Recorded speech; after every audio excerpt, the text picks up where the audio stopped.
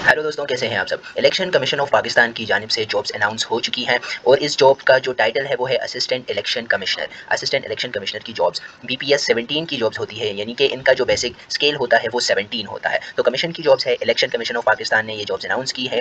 बहुत ही अच्छी जॉब्स हैं और इन जॉब्स के बारे में आज इस वीडियो में डिटेल से डिस्कशन करेंगे कि इनकी एलिजिबिलिटी क्राइटेरिया क्या है, क्या एज लिमिट है, कितने सीट्स अवेलेबल है, इनकी लास्ट डेट क्या है, कैसे हम अप्लाई कर सकते हैं, और फिर हम देखेंगे कि इनकी तनख्वाह कितनी होगी, कितने पर्क्स एंड प्रिविलेजेस इन लोगों को मिलते हैं जो इन जॉब्स को सिक्योर करते हैं। और इसके अलावा सबसे अहम हम इसके प्रिपरेशन के बारे में भी बात करेंगे कि कौन कौन से सब्जेक्ट्स और कौन कौन से सब्जेक्ट्स में कौन कौन से टॉपिक्स आप लोगों ने तैयार करने हैं। तो आइए अपनी डिस्कशन को स्टार्ट करते हैं।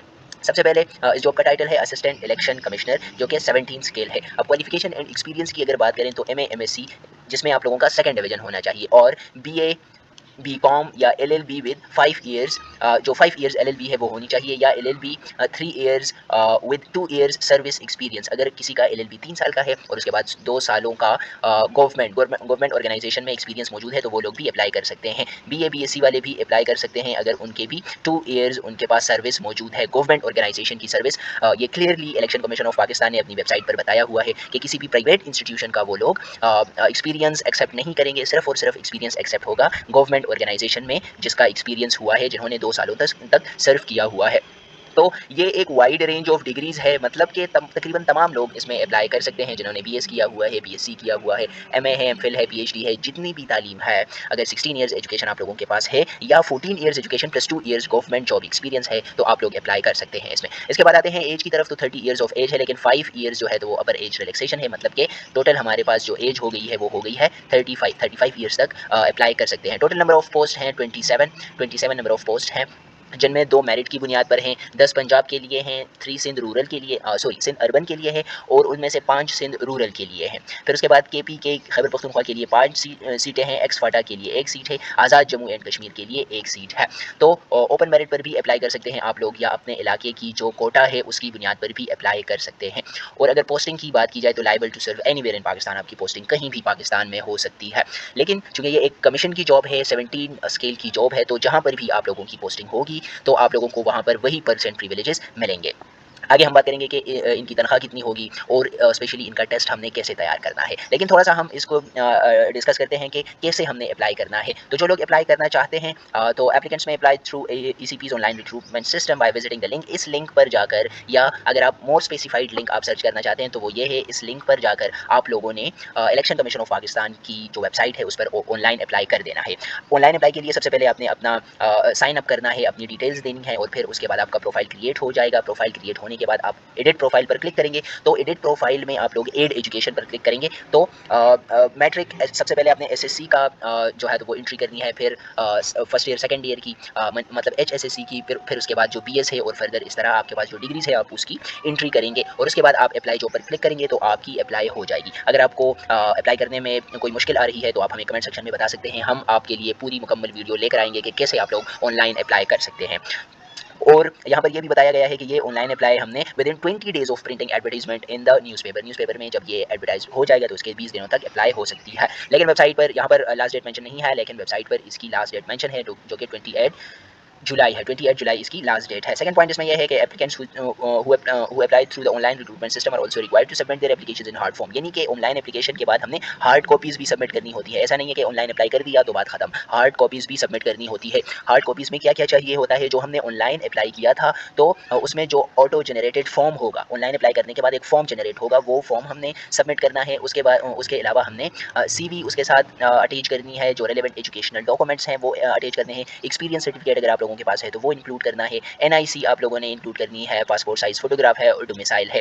और ये सब चीज़ें आप लोगों ने अटेस्ट भी करवानी है, मतलब जो गेजेटेड ऑफिसर्स हैं, 17 के लिए ऑफिसर्स हैं कोई, तो आप लोगों ने उनसे साइन प्लस स्टैम्प भी लगवाना है, इस पर अटेस्ट भी कराने हैं।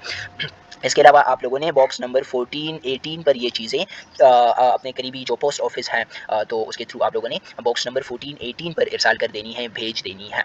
और जो गवर्नमेंट एम्प्लॉइज़ है तो वो स्पेशल या प्रॉपर चैनल के थ्रू अप्लाई कर सकते हैं। और applicants must attach the auto generate generated application is cover note along with the hard copies, जो हार्ड कॉपीज हमने डिस्कस किया कि जो ऑटो जनरेटेड फॉर्म है वो भी इसके साथ अटैच करना है, इसके साथ सेंड करना है। Application received after cut off date shall not be entertained, मतलब जो कि कट ऑफ डेट है, तो कट ऑफ डेट क्या है, जो मैंने आप लोगों को बताया कि 28 जुलाई है, उसके बाद जो भी एप्लीकेशन पोस्ट ऑफिस पर उनको मौसूल होगी वो एक्सेप्ट नहीं की जाएगी। तो आप लोग जल्द से जल्द ऑनलाइन अप्लाई करें, डॉक्यूमेंट्स को अरेंज करें, उसको अटेस्ट करें और पोस्ट ऑफिस के थ्रू बॉक्स नंबर 1418 पर भेज दें। लेकिन आप लोगों ने उसके ऊपर the authority reserves the right to increase the number of seats, और ये चीज़ें जो है तो उनकी जो इलेक्शन कमीशन ऑफ पाकिस्तान है उनको राइट्स दिए गए हैं कि जो भी चेंजेस करना चाहें अगर वो लोग तो वो कर सकते हैं। तो ये तो हुआ मुकम्मल ऑनलाइन अप्लाई करने का तरीका। हमने डिस्कस किया क्वालिफिकेशन एंड एक्सपीरियंस को, एज को, और कैसे आप लोग अप्लाई कर सकते हैं, प्रोसीजर हमने सारा डिस्कस किया। अभी हम डिस्कस करेंगे कि क्या क्या कोर्सेज़ हैं, आप लोगों ने कौन कौन से सब्जेक्ट्स तैयार करने हैं। यहाँ पर ये मेंशन हुए हैं, ये सब्जेक्ट्स हम तैयार करेंगे। लेकिन इससे पहले हम आपको बता दें इस जॉब की जो सैलरी है उसके बारे में बता देते हैं। तो तकरीबन 1,50,000 इनकी सैलरी होती है। स्टार्ट में तो खैर कोई गाड़ी या घर वगैरह नहीं मिलते, लेकिन अगर 5-6 सालों तक सर्व करेंगे, एक स्टेप आप लोगों की आगे प्रमोशन होगी, तो फिर आप लोगों को गाड़ी भी मिलेगी और साथ में आप लोगों को घर वगैरह भी मिल सकता है। तो मतलब ये एक अच्छी खासी जॉब है। असिस्टेंट इलेक्शन कमिश्नर है, लेकिन आप इसको असिस्टेंट कमिश्नर की जॉब कह सकते हैं। मतलब इसके वर्क्स एंड प्रिविलेजेस जो होते हैं तो दोनों के बराबर होते हैं, इक्वल होते हैं।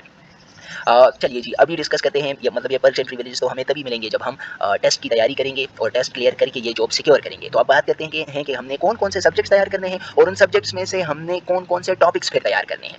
तो ये यहाँ पर बताया गया है कि जो BPS 17 की भर्ती है वो इन सब्जेक्ट्स में होगी। सबसे पहले तो आप लोगों ने इंग्लिश तैयार करनी है 30%। इंग्लिश जो बेसिक इंग्लिश है जिसकी तैयारी आप लोग वन पेपर के लिए कर रहे हैं वही काफ़ी है। जो बेसिक इंग्लिश है मतलब बेसिक वोकैबुलरी है, ग्रामर है, डायरेक्ट इनडायरेक्ट है, एक्टिव पैसिव है, जेरेंड है, फ्रेजेस है, ये सारे टॉपिक्स आप लोगों ने तैयार कर लेने हैं अच्छे तरीके से। सेकंड जो पॉइंट है वो है constitution of Islamic Republic of Pakistan 1973, इसका part 1, 2 and 3 and election act 2017। ये हमारे पास 30% है, 30% इंग्लिश है और 30% कॉन्स्टिट्यूशन ऑफ पाकिस्तान से है। अब कॉन्स्टिट्यूशन ऑफ पाकिस्तान ये जो पार्ट्स हैं ये सारे तो हम तैयार नहीं कर सकते, बिकॉज जो कॉन्स्टिट्यूशन होता है वो काफ़ी कम्प्लेक्स होता है। तो हम आपको आगे बताएंगे कि कौन कौन से एक्ट आप लोगों ने तैयार करने हैं कौन कौन सी चीज़ें आप लोगों ने तैयार करनी है। एग्जैक्ट हम आपको एक एक पॉइंट बताएंगे कि आपने वो वाला आर्टिकल जो है तो वो तैयार करना है जिससे आप लोगों का ये टेस्ट कवर हो जाएगा।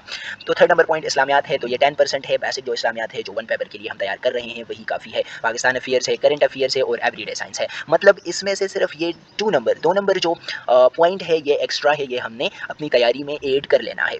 तो अभी आते हैं कि कॉन्स्टिट्यूशन ऑफ पाकिस्तान में से एग्जैक्ट कौन कौन से पॉइंट्स हमने तैयार करने हैं। तो इसमें से हमने तैयार करने हैं, सबसे पहले आप लोगों ने देख लेना है आर्टिकल 51 जो कि नेशनल असेंबली के बारे में है। आर्टिकल 51 जो कि नेशनल असेंबली के बारे में है। इसके बाद आप लोगों ने देख लेना है आर्टिकल 59। लिखते जाएं, आप अपने साथ लिख सकते हैं, या अगर आप लोगों को ये फाइल भी चाहिए तो हम आप लोगों के साथ ये पूरी फाइल्स शेयर कर सकते हैं। आप हमें कमेंट सेक्शन में बताइए और हम आपके साथ ये फाइल्स शेयर कर लेंगे। तो सबसे पहले आर्टिकल 51 जो कि नेशनल असेंबली के बारे में है, आर्टिकल 59 सेनेट के बारे में, आर्टिकल 106 106 प्रोविंशियल असेंबलीज के बारे में है, इसके बाद है आर्टिकल 213 213 जो कि chief election commissioner and election commission के बारे में है। नेक्स्ट आर्टिकल जो है वो है 221 officers and staff of the ECP, जो इलेक्शन कमीशन के ऑफिसर्स हैं और स्टाफ है उनके रिलेटेड जो आर्टिकल है वो आप लोगों ने तैयार करना है, आर्टिकल 221 221। इसके बाद आर्टिकल 222 222 है जो कि इलेक्टोरल लॉस के बारे में है।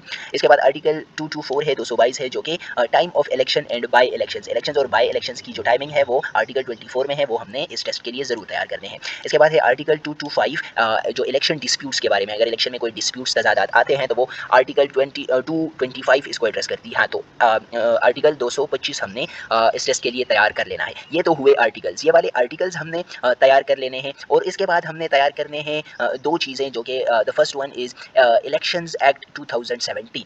इलेक्शन एक्ट 2017 ये पेज है हमारे पास, तकरीबन 150 प्लस पेजेस हैं इस डॉक्यूमेंट में। तो ये हमने देख लेने हैं, ये सारे डॉक्यूमेंट्स हमने रीड कर लेनी है। और आसान तरीका यह है कि ये फाइल आप लोग डाउनलोड करें, इजीली अवेलेबल है वेबसाइट पर, हम भी आप लोगों के साथ शेयर कर सकते हैं। लेकिन आप वेबसाइट पर जाएंगे, सर्च करेंगे कि इलेक्शन एक्ट 2017 तो इजीली वो डाउनलोड हो जाएगा। तो आप ये फाइल डाउनलोड करेंगे, आप ChatGPT, DeepSeek या और AI का आर्टिफिशियल इंटेलिजेंस का इस्तेमाल करके आसानी से ये वाले टेस्ट तैयार कर सकते हैं। मतलब अब हर एक पॉइंट को अगर आप खुद पढ़ लें तो अच्छी बात है, और अगर आप नहीं पढ़ सकते तो आप इसकी समरीज देख सकते हैं, मेन पॉइंट्स आप इससे एक्सट्रैक्ट कर सकते हैं थ्रू AI। तो AI हमारी सहूलियत के लिए है, आप बिल्कुल इसको इस्तेमाल करें। लोग जो है तो CSS PMS में इसको इस्तेमाल कर रहे हैं, इस टेस्ट में भी आप लोग AI को, आर्टिफिशियल इंटेलिजेंस को इस्तेमाल कर सकते हैं और आपको ज़रूर इस्तेमाल करना चाहिए, क्योंकि आपका टाइम बचेगा तो आपको रिवीजन के लिए और बाकी चीज़ें कवर करने के लिए अच्छा खासा टाइम मिल जाएगा। तो जो हमने आर्टिकल्स डिस्कस किए, आर्टिकल्स के साथ साथ इलेक्शंस एक्ट 2017 हमने तैयार करना है और उसके बाद हमने तैयार करना है इलेक्शन रूल्स 2017। तो ये वाला डॉक्यूमेंट भी तकरीबन 150 प्लस पेजेस है और हमने उसी तरह तैयार करना है जिस तरह हमने इलेक्शंस एक्ट को तैयार करना है। दोनों में फ़र्क ये है कि ये द इलेक्शन रूल्स है, ये इलेक्शन रूल्स है, और ये वाला फाइल जो है तो ये इलेक्शन एक्ट्स है। तो ये दो फाइल्स हमने तैयार करने हैं और जो पीछे हमने आर्टिकल्स डिस्कस किए वो आर्टिकल्स हमने तैयार करने हैं। और उसके साथ साथ हमने इंग्लिश के सेक्शन को देखना है, इस्लामियात के सेक्शन को देखना है, पाकिस्तान अफेयर्स को देखना है, करंट अफेयर्स और एवरीडे साइंस। लेकिन आप वेटेज को देखें, सबसे पहले 30% यहाँ पर है और 30% वेटेज हमारे पास यहाँ पर है। तो पहले हमने इंग्लिश और कॉन्स्टिट्यूशन ऑफ पाकिस्तान के सेक्शन को तैयार करना है, उसके बाद Islamiat, Pakistan affairs, current affairs, everyday science को हम बेसिक चीज़ें देखेंगे। और इसकी तैयारी तकरीबन हमारी हुई भी होती है क्योंकि मुख्तलिफ टेस्ट के लिए हम ये सारे सब्जेक्ट्स देखते हैं। सिर्फ और सिर्फ ये पॉइंट नंबर 2 जो है तो ये अलग है। उम्मीद है आप लोगों को समझ आ गई होगी। अगर आपको कोई भी इन्फॉर्मेशन चाहिए, आपको कोई भी कन्फ्यूजन है, तो आप लोग कमेंट सेक्शन में हमें बता सकते हैं। We will try to solve your each and every problem. Thank you so much for watching. Video ज़रा सी लंबी हो गई है लेकिन इसमें हमने आपको कंप्लीट पैकेज दिया है। सबसे पहले हमने डिस्कस किया नंबर ऑफ पोस्ट को या प्रोसीजर ऑफ सेंडिंग एप्लीकेशन, जो कि आप कैसे अप्लाई कर सकते हैं। ऑनलाइन अप्लाई के बारे में हमने डिस्कस किया और हार्ड फॉर्म में जो चीज़ें सबमिट करनी है वो हमने डिस्कस किया। फिर हमने डिस्कस किया कि टेस्ट में कौन कौन से सब्जेक्ट्स होंगे, कौन कौन से सब्जेक्ट टेस्ट में हैं, ये वाला पॉइंट हमने डिस्कस किया। इसके बाद हमने आर्टिकल्स को डिस्कस किए कि कौन कौन से आर्टिकल्स हैं, ये सारे आर्टिकल्स हमने डिस्कस किए। और उसके बाद हमने डिस्कस किए 2 डॉक्यूमेंट्स को। The first one was election act 2017 और दूसरा जो फाइल था वो था द इलेक्शन रूल्स 2017। तो उम्मीद है आप लोगों को पूरी तरह से समझ आ गई होगी। अगर कोई भी कन्फ्यूजन है तो आप लोग हमें कमेंट सेक्शन में बता सकते हैं और हम आपकी प्रॉब्लम ज़रूर सॉल्व करेंगे। Thank you so much for watching. Stay safe and stay blessed. भरपूर तैयारी कीजिएगा और कोई भी मुश्किल नहीं है। ये एक इंतहाई अच्छी जॉब है। अगर आप अपनी ज़िंदगी संवारना चाहते हैं तो आप लोग इस जॉब के लिए काम करें और इस जॉब को सिक्योर करें।